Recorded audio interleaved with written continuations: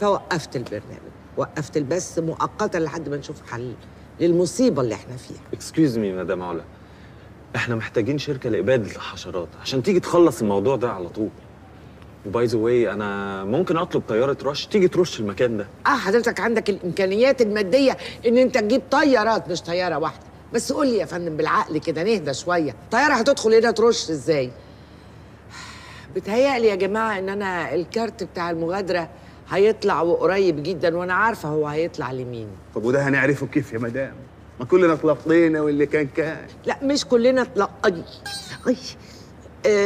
لكن انا بيتهيألي ان فعلا كلنا هنتلط ان شاء الله. لو سمحت يا ايهاب. ايوه مدام علا. فين الخبير الصحي؟ اتاخر كده ليه؟ موجود، ثانيه واحده. اتفضل خليه يدخل. اتفضل يا دكتور، اتفضل. ايه ده حضرتك بتعمل ايه؟ لاحظت حاجه؟ لاحظت؟ ده في حاجات يا استاذ.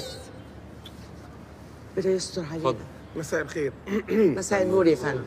لا طبعا. لا لا لا، ازي حضرتك؟ دكتور شعراوي، مش قادره اصدق نفسي. يا حبيبه القلب، انت بنفسك اللي جيت؟ طبعا قالوا لي انك في مشكله، جيت لك والله جري. يا حلال العقد. الشامبوات كلها وجيت لك والله. يا حلال العقد. ربنا يحفظك. قولي لهم انا مين، قولي لهم حضرتك انا مين، قولي لهم ايه ولا ايه عن العبقريه الفذه؟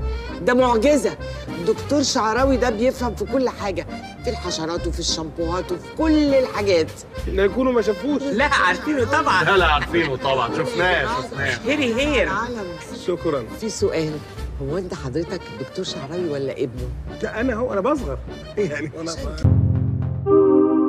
اشترك في باقات واتشت الشهرية بتبدأ من 14 جنيه و99 قرش، وباقات سنوية بتبدأ من 149 جنيه و99 قرش.